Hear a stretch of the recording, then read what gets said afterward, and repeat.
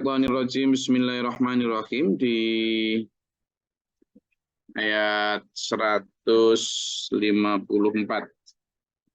Sebelum saya sampaikan ayat 154, ada yang siap untuk review dari ayat yang sebelumnya? Ayo, sedapatnya ayat-ayat sebelumnya.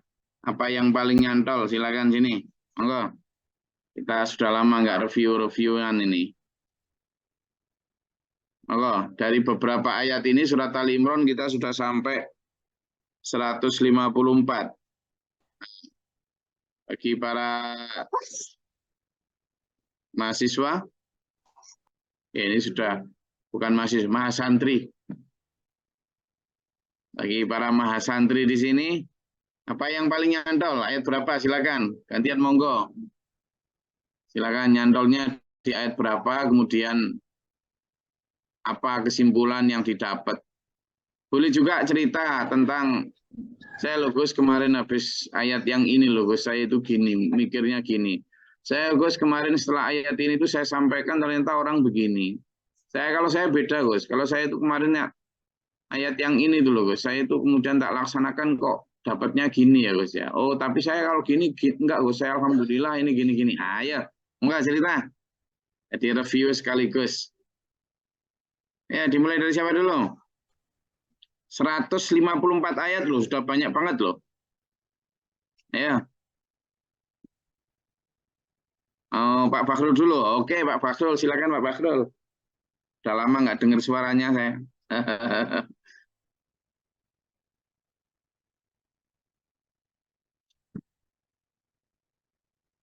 Gus, saya bingung nih yang mana ini Gus. Soalnya banyak ayatnya ya Pak Bakhrul ya. Banyak betul. Saya lagi mengendapkan dulu Gus. Mengendapkan dulu. Oke. Yeah. Oke. Ayo siapa yang sudah siap untuk berbagi kesimpulan, berbagi residu positif dari perjalanan mulai ayat 1 sampai 154. Silakan, saya sekarang mau dengar nih hari ini. Ayo. Bapak siapapun boleh. Yang Mas Santri dari ayat 1 sampai ayat 154. Surat Al-Imran kita review coba. Sebelum kita lanjut di ayat ini. Ada? Yang review yang kemarin, Gus. Yang ayat kemarin. Silakan. Sekali lagi, kekalahan kaum muslimin dalam perang Uhud karena kaum muslimin duluan untuk mengambil ghanimah dan tidak sabar untuk menunggu di pos-pos penjagaan. Kedua, saat perang berkecamuk, Rasul itu seperti hilang karena tidak ada yang melihat. Ada seorang Yahudi dari pasukan muslimin berteriak-teriak bahwa Muhammad sudah mati, Muhammad mati. Sehingga sebagian pasukan muslimin tunggang langgang lari ke belakang. Karena memang ruh atau semangat pertempuran itu adalah ya Rasulullah itu sendiri. Bahkan saat Rasul meninggal, benar-benar meninggal, bahkan saat Rasul memanggil kalian dari belakang di antara pasukan, kalian tidak ada yang mendengar, bahkan menoleh pun tidak pada seorang pun. Sehingga Allah menimpakan pada kalian kesedihan di atas kesedihan. Bahkan di antara mereka ada yang bilang kalau Muhammad hanya seorang, jika Muhammad benar seorang Rasul, dia tidak akan mati dan ada yang meminta perlindungan pada Abu Sufyan, pemimpin kaum Quraisy. Lalu Allah menurunkan ayat ini untuk menenteramkan hati kaum muslimin agar tidak gelisah atau bersedih hati karenanya. Oke. Terima kasih. Oke, terima kasih.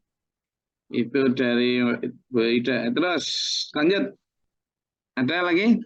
Ayat sebelumnya? Silakan Pak Bakhrul. Ayat berapa yang kemarin nyantol? Monggo. Banyak Gus yang nyantol dalam kehidupan kita sehari-hari. Iya. Ya. Jadi dalam surat Ali Imran ini membangkitkan kita semua ingat akan Allah dari mulai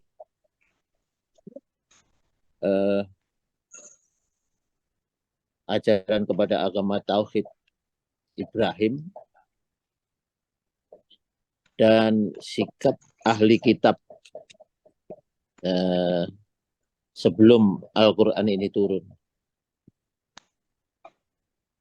Di situ kita semua disadarkan akan bahwa di dalam Al-Quran ini sudah disampaikan oleh Allah bahwa sudah dikatakan itu yang sudah saya turunkan dulu itu loh diselewengkan. Gitu. Jadi tidak menutup kemungkinan Al-Quran pun akan dibuat seperti itu. Makanya kita selalu diingatkan dan disadarkan bahwa sepeninggal Rasulullah nanti akan ada orang-orang yang diturunkan walaupun tidak dikatakan sebagai Rasul atau Nabi, tapi adalah orang-orang yang selalu mengingatkan kepada kita-kita yang sudah jauh dari kehidupan zaman Rasulullah. Sementara itu, Gus, masih banyak lagi yang bisa kita endapkan dan kita praktekkan dalam kehidupan kita sehari-hari. Sadaqallahul adzim. Oh, sadaqallahul adzim. Alhamdulillah. Oke, itu dari Pak Bahrul. Monggo yang dari, oke Pak Faiful, silakan. Oke, izin sedikit aja Gus. Di surat Al Imran juga kita tidak ini ya dilarang mengkultuskan Rasul ya. Jadi di ayat 79 dan 80 itu menyatakan bahwasanya tidak mungkin bagi seorang yang telah diberi kitab Allah serta hikmah dan kenabian kemudian dia berkata kepada manusia, jadilah kamu menyembahku bukan penyembah Allah, tetapi dia berkata, jadilah kamu mengabdi Allah, mengabdi Allah karena kamu mengajarkan kitab dan karena kamu mempelajarinya. Di sini yakin bahwasanya tidak boleh kita mengkultuskan para nabi kita. Mungkin itu aja, Gus. Itu dari Pak Saiful, dari Pak Bahrul tadi. Dari ini sekarang kita coba review beberapa ayat kemarin yang benar-benar dari Bu Siti Sarah mau bicara? Oke. Siapa? Pak Jo? Pak Mardika Dongpring? Izin Gus Glory dan dulur-dulur. Review dari pembahasan Quran Surat Al-Baqarah ayat 142 dan 143. Gus Glory mengawali bahwa ayat semacam ini banyak kita temukan di dalam Al-Quran ini, bahwa untuk meraih kenikmatan surga itu pasti ada ujiannya. Dan kebenaran tidak bisa dicapai itu dengan bersantai-santai atau berleha-leha saja. Dua hal. Yang pertama, dalam kondisi perang, jihad kita dengan pegang senjata. Kita bisa terbunuh atau kita bisa membunuh. Kemudian dalam kondisi normal seperti sekarang ini, jihad kita adalah menegakkan kebenaran dan melawan kemungkaran. Ayat-ayat mendukung adalah Quran Surat Al-Ankabut ayat 2, kemudian juga Al-Baqarah ayat 155, kemudian Al-Baqarah 214.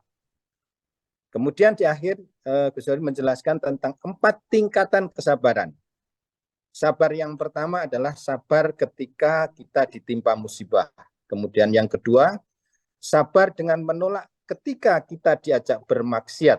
Kemudian yang ketiga adalah sabar menjalani ketaatan. Kemudian yang keempat adalah sabar menunggu janji.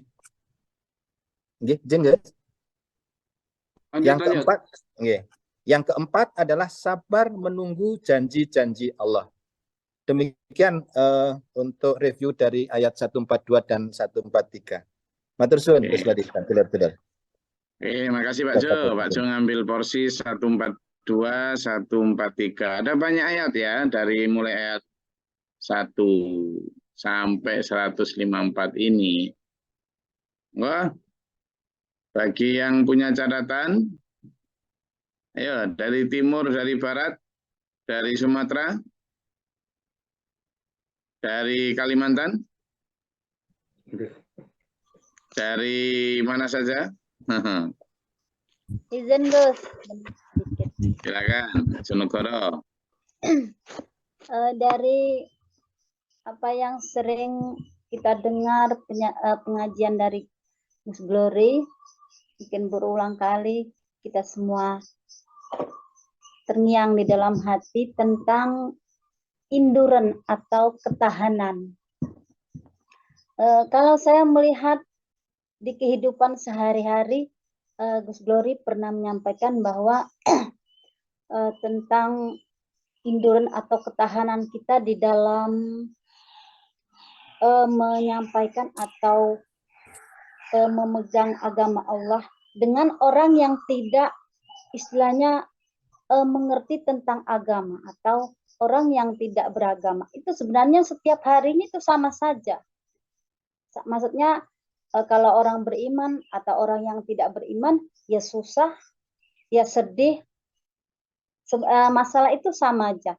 Tapi kalau orang-orang yang beriman, susah, sedih, atau ketahanan itu karena ada harapan yang lebih, umpama kebahagiaan besok itu ada bagi orang yang beriman. Tapi kalau orang-orang yang tidak beriman, dia merasakan kebahagiaan itu hanya sekarang. Sehingga orang yang beriman atau orang yang tidak beriman itu ya sama saja. Sehingga kita memilih yang apa istilahnya, ketahanan untuk mempertahankan keselamatan kita di akhirat nanti. Sehingga tadi sudah disampaikan oleh Pak Jo tentang beberapa sabar. Sehingga orang beriman itu memilih apa istilahnya, yang sekarang ini walaupun kita merasakan enak, nggak enak, umpama masalah ngaji, masalah berjuang. Kenapa? Karena Allah itu mempunyai hadiah untuk orang-orang yang beriman di akhirat nanti, sehingga ya memilih bertahan untuk berjuang di dalam hidup ini. Karena kita melihat sehari-harinya ya, mungkin kalau kita sudah di masyarakat ini paling tidak tahu, bahkan orang-orang yang kita lihat kelihatannya itu kaya, ternyata kalau kita dekat itu adanya itu curhat. Itu yang sering kita rasakan. Dan alhamdulillah kita semua terus bertahan, istilahnya ngaji setiap hari, tetap mendapatkan bimbingan, mendapatkan arahan yang itu insya Allah semoga kita semua tetap bertahan sampai di akhir hayat nanti. Itu aja, Gus. Terima kasih. Oke, jadi dari beberapa ayat itu kita bisa banyak dapat ya, dan banyak lagi ayat yang menurut saya juga penting untuk di review sehingga tidak hilang. Saya menyarankan dulur-dulur untuk meskipun tidak punya catatan lengkap utuh, tetapi ada catatan-catatan singkat yang itu nanti membantu untuk mereview di dalam keluarga masing-masing ya, supaya kajian ini bagi yang sedang tidak punya kesempatan nanti bisa diceritakan dan seterusnya. Oke, ayat 153. Jadi setelah ini masih background-nya itu masih background perang Uhud ya. Jadi pada saat perang Uhud itu benar-benar pasukan muslimin terdesak, terdesak, hampir kalah itu. Kemudian ternyata Allah itu menurunkan rasa kantuk ya. Nah ini loh. Jadi satu hal yang sangat kontradiksi di saat genting seperti itu kok bisa ngantuk itu memang itu rahmat. Jadi ada orang-orang yang tapi ini beda ya, beda dengan orang yang begitu masuk mobil langsung ngantuk tidur itu beda. Ini jangan tuh wah berarti ini rahmat enggak, bukan ini.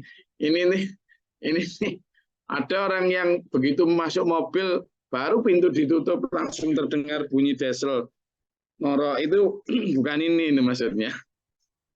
Ini ada orang yang dikasih Allah karena saking kesedihan yang besar sekali, kesedihan yang luar biasa dalam peperangan itu, Allah menurunkan berupa rasa kantuk ya, berupa rasa kantuk gitu. Dan rasa kantuk ini hanya diberikan kepada segolongan dari kalian. Siapa? Ya, di sini disebut tsumma anzala 'alaikum min ba'dil ghammi amanatan wa asayya ta'ifatan minkum. Siapa yang dimaksud ta'ifatan minkum? Orang-orang beriman yang kuat imannya. Ya, orang-orang yang Islam dan keyakinannya kuat. Itu diberikan rasa kantuk. Sementara gitu wa ta'ifatun min atau ta'ifatun qad ahammat anfusuhum, sebagian yang lain ini dalam kelompok Rasulullah ya, dalam kelompok Rasulullah. Sementara di kelompok yang lain, yang munafik, dicemaskan oleh diri mereka sendiri. Mereka yadhunnuna billahi ghairal haqqi dhannal jahiliyah. Mereka sudah punya sangkaan yang enggak aja sama Allah itu. Wah ini nanti mesti kalah, ini mati nih. Waduh, kayak orang. Sehingga nggak bisa tidur. Nggak ngantuk. Sementara orang-orang beriman itu karena yakin akan pertolongan Allah, pada saat terdesak itu, ketika istirahat sebentar itu, diceritakan dalam hadis itu, tidak ada satupun dari kami yang dagunya tidak nempel di dada. Istilahnya begitu. Jadi dagunya itu nempel di dada. Gimana dagu nempel di dada itu? Nah, isiku, sampean itu kan bukan karena perang ketika dagunya nempel di dada itu. Ini yang kamera-kameranya dimati, ini kayaknya dagunya nempel di dada semua ini. Bahkan mungkin dagunya nggak nempel di dada. Pipinya nempel di mana? Di bantal. Di bantal ya. Jadi itu rahmat. Ayo kita syukuri dulu. Ngantuk itu apa? Rahmat. Bersyukur.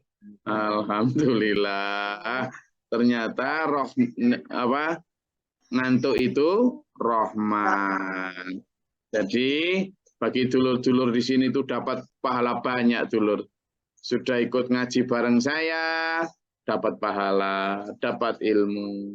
Lalu ngantuk, rahmat lagi. Enggak gitu, nanti terjemahkan gitu. Ini ngantuk ketika diberi Allah sebagai penghibur. Ya. Sebaliknya orang-orang munafik, itu malah enggak karu-karuan pikirannya. Ya. Jadi sangkaan-sangkaan jahiliyah itu muncul malahan. Dhannal jahiliyah. Dalam hati mereka gini, oh, nah kalau kalah kayak gini berarti ya Muhammad itu enggak nabi ini. Ragu jadinya. Jadi muncul keraguan-keraguan. Nabi kok kalah, nabi kok mati. Enggak benar ini. Muncul keraguan. Saya ulangi ya.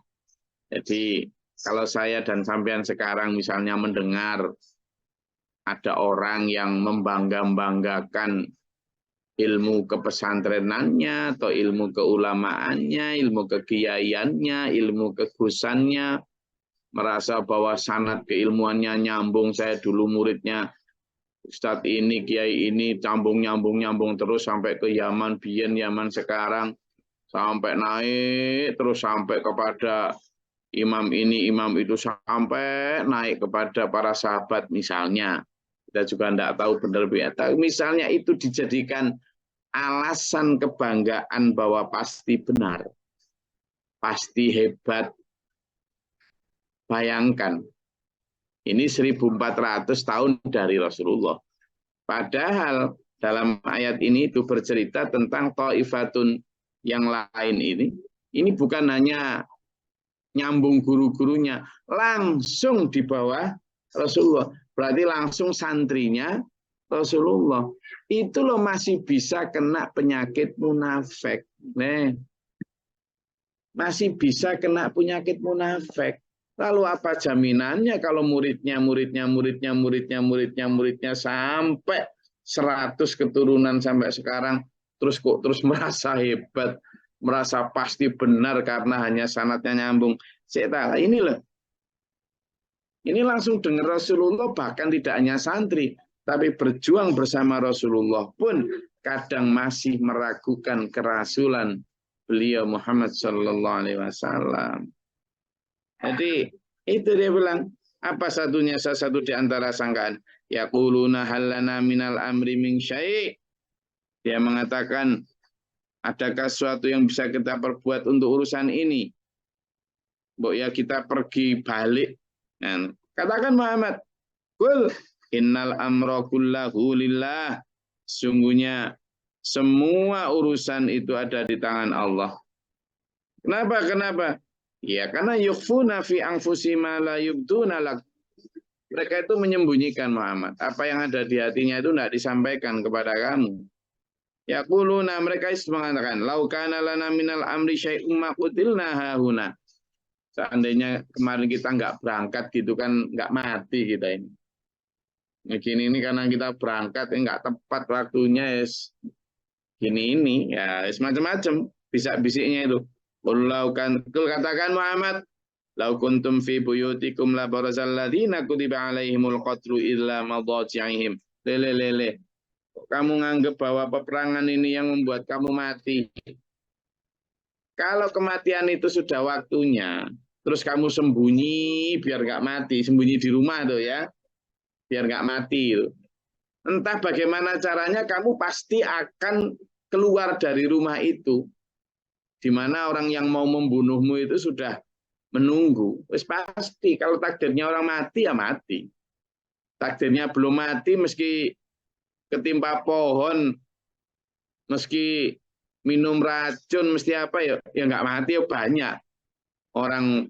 Naudzubillah min dzalik, misalnya pengen bunuh diri, naudzubillah min dzalik, jangan sampai ya, nggak mati-mati ya banyak.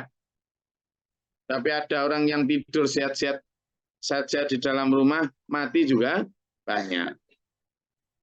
Jadi semua kesedihan itu waliyabtaliyallahu ma fi sudurikum. Allah hendak menguji ya, apa yang ada di dalam dadamu. Waliyumakhissama fi qulubikum, dan Allah juga hendak membersihkan apa yang ada dalam hati kamu dari keraguan, dari sifat nifak. Wallahu alimun bidzati sudur.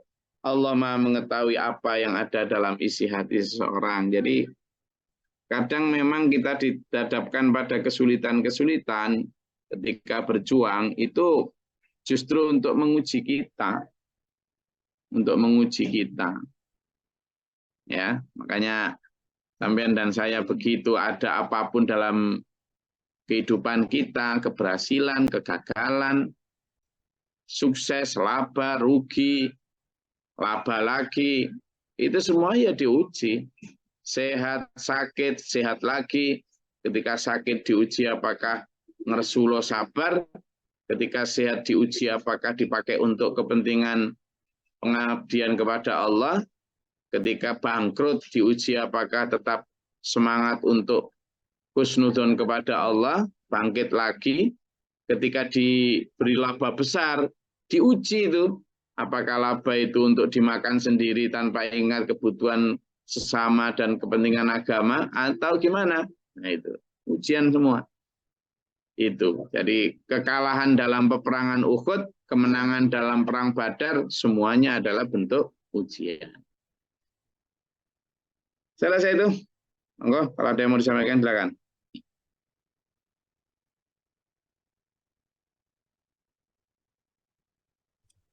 Izin Gus Glory. Enggak. Oke. Bisa, kalau menurut saya bisa digarisbawahi bahwa antara nikmat dan azab ini kan sangat berhimpitan ini Gus Glory ya. Bahwa yang mendapat nikmat dengan rasa kantuk itu tadi, kemudian yang kedua yang mendapat azab itu dengan penuh keraguan. Nah, bagaimana menempatkan diri kita ini bahwa dalam keadaan tidak enak itu adalah lillah, itu karena Allah. Itu bagaimana Gus? Matur suwun. Jadi kita itu kan membaca gini terus ya. Lillahi ma fis samawati wa ma fil ard, kan gitu. Wa in tubtu ma fi anfusikum aw tufuhu yuhasibukum bihillah. Kita itu hafal. Lillahi, kepunyaan Allah lama apa yang ada fis samawati di langit, wa ma dan apa yang ada fil ardi di bumi. In jika tubuh kalian tampakkan mafis, kan? Autukhfuhu atau kalian sembunyikan, itu Allah mengetahui semua. Bagaimana agar kita itu benar-benar menyadari? Saya kemarin sudah sampaikan bahwa apakah diri kita ini milik siapa sih? Kalau sampean misalnya punya buku rekening, ada tulisan di situ 1.0, lalu ada lagi 0 di belakangnya itu 9 angka, 90. Berarti 10 tambah 0, 9 berapa itu? Angka berapa? Jadi 10 apa itu? Oke. Itu sebenarnya milik siapa? Meskipun buku rekening di situ itu tulisannya Mr. Juwarno. Ada sertifikat rumah dan tanah di perumahan Sanggulan atas namanya Mr. Juwarno. Bukankah sebenarnya ketika kita memiliki sesuatu itu, kita itu kan hanya rental rumah tersebut tadi untuk sampai waktu kita selesai menempati, entah ketika nanti dijual atau ketika nanti kita mati. Berarti kan rumah itu, kepemilikan itu hanya sebatas periode kita menempati. Dan itu tidak mungkin selamanya. Kepemilikan itu hanya dianggap kepemilikan benar, hakiki kalau selamanya. Kalau tidak selamanya kan berarti tidak kepemilikan kita. Ya buktinya meskipun itu tertulis Mr. Juwarno, ketika nanti kita wafat, Mas Juwarno wafat, kepemilikan itu pasti berubah. Anak-anak Pak Juwarno akan mengurus surat waris untuk kemudian balik nama kepada anaknya Pak Juwarno. Entah itu Silvi atau Silva. Berarti periode kepemilikan itu ya cuma sebentar itu. Itu dalam hal rumah. Sertifikat rumah. Gimana dengan sertifikat nikah? Buku nikah pun demikian. Suami istri itu Hawa tercipta di dunia untuk temani sang Adam. Kayak nih. Kamu tercipta hanyalah untukku. Kata siapa? Kata siapa? Suami istri dalam buku nikah itu hanya pasangan sementara juga. Sementara sampai kapan? Sementara sampai ganti buku nikah lagi karena naudzubillah mendalik cerai, lalu ganti suami, ganti istri. Naudzubillah mendalik, jangan sampai ya. Atau sementara ketika sampean satu di antara sampean meninggal. Sudah selesai, tidak ada hubungan lagi. Berarti itu pun ada periode kedaluarsanya. Bahkan tubuh kita sendiri pun yang katanya milik kita, kita bawa ke skincare salon, ya kan, speaker, dan lain sebagainya. Itu pun ada masa kedaluarsa kontraknya. Ketika apa? Ya ketika dikubur. Tubuh ini kan nanti dikembalikan ke tanah, karena memang asalnya dari tanah. Begitu dipendam, dikubur di dalam tanah, ya sudah balik ke dalam tanah. Daging yang kita jaga nutrisinya, tulang yang kita belikan susu apa ini itu, ya kan, mata yang kita celai, bibir yang kita bengesi, grogoti tanah, balik ke tanah, habis tidak sampai 5 tahun di dalam kubur itu, habis daging itu, 10 tahun tulang pun sudah hilang. Berarti balik, berarti masa pakai kita hilang kabarin. Sesungguhnya kita Hilang. itu benar-benar tidak ada, tidak punya apa-apa. Rasa memiliki ini muncul karena kita itu merasa bahwa di dunia itu selamanya. Makanya untuk menghilangkan itu, ya yuk kita kurangi kepemilikan. Dengan cara apa? Ya bukan kok kemudian dibuang semua, enggak. Kita itu harus bersiap kapanpun Allah dan Rasul serta agama ini membutuhkan. Karena sesungguhnya kita hanyalah penjaga gudang, kita hanyalah penyewa rental. Itu kita harus sadarkan sejak awal. Dengan apa? Bahwa kita tidak selamanya di sini. Ya, itu juga yang kemudian disentek oleh Allah dalam surat Al-Humazah itu. A'udzubillahi minasyaitonirrajim. Wailul likulli humazatil lumazah alladzi jama'a malahu wa'addadah. Orang yang celaka itu orang yang selain mengumpat dan mencaci, yaitu orang yang mengumpul-ngumpulkan harta, alladzi jama'a malahu wa'adadahu, dan menghitung-hitungnya. Kenapa dia begitu? Sehingga seolah-olah itu milik dia benar. Karena yahsabu anna malahu akhladah. Karena dia mengira bahwa hartanya itu akan mengekalkannya. Seolah dia akan hidup selamanya. Maka gimana caranya? Sadari betul bahwa kita punya kadaluarsa. Apapun itu. Rumah kita pun akan kadaluarsa. Tidak sampai nunggu mati. Bahkan mungkin terjual karena satu sebab ini itu, kan.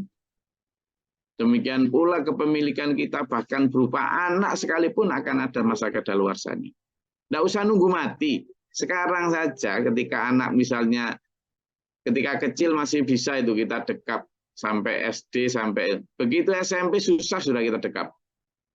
Sudah pengen tulan ke sana kemari. Begitu mahasiswa apalagi sudah punya kehidupan sendiri. Nikah, pergi sudah dari rumah kita. Sudah bukan milik kita lagi, belum sampai nunggu mati.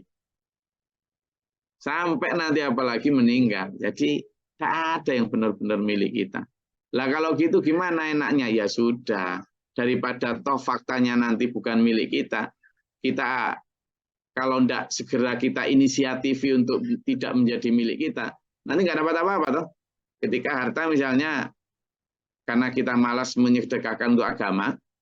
Kita merasa bahwa selamanya ternyata ujung-ujung mati. Kita tinggal. Nggak dapat apa-apa di akhirat. Tetapi kalau kita sejak awal kita merasa bahwa itu milik Allah, lalu kita sedekahkan sebagian yang kita punya, maka sebagian itu akan menjadi milik kita di akhirat selamanya. Loh gitu loh, kesadarannya di sana. Jadi kalau sampean dan saya ingin memiliki semua yang kita miliki di dunia ini selamanya, caranya simpel, jangan miliki itu. Loh gitu caranya. Kan gitu. Jadi kalau mau memiliki tubuh ini selamanya, sedekahkan tenagamu untuk agama. Kamu akan diganti dengan tubuh yang abadi di akhirat. Kalau mau kamu memiliki rumah, tanah, segala macam itu untuk akhiratmu, sebagian dari itu, selain yang kamu tempati, karena kamu juga membutuhkan rumah, maka sebagian dari pakai untuk di akhirat itu akan sampean pakai selamanya, wakafkan dan lain sebagainya. Begitu caranya. Demikian pula istri anak. Supaya itu jadi ide dan anakmu yang abadi seperti dalam surat Ar-Ra'd 2324 itu. Caranya gimana? Ya ajak istri dan anakmu itu untuk mewakafkan jiwa raganya untuk agama. Sewaktu-waktu diajak berangkat berjihad, di waktu-waktu diajak untuk bergerak bersedekah tenaga, mau diajak ngaji, mau diajak tahajud, mau diajak duha, mau diajak ini, mau. Ah itu. Jadi kita tetap memiliki di sini, tetapi the way how to have it, cara bagaimana memiliki itu dengan cara yang dituntun oleh Allah, supaya akan kita miliki selamanya di akhir. Itu. Kesadaran itu yang harus kita bangun. Saya rasa itu kajian kita pada pagi hari ini. Alhamdulillah hari Ahad tetap semangat. Ini persiapan. Insya Allah pekan depan kita akan ngecor dek 1 itu ya. Hari Ahad depan insya Allah. Karena maunya Ahad ini tapi banyak yang masih belum siap. Nah, insya Allah pekan depan kita akan bareng-bareng ngecor. Sebenarnya ngecor bareng-bareng itu ya biar kebagian jariah semua aja.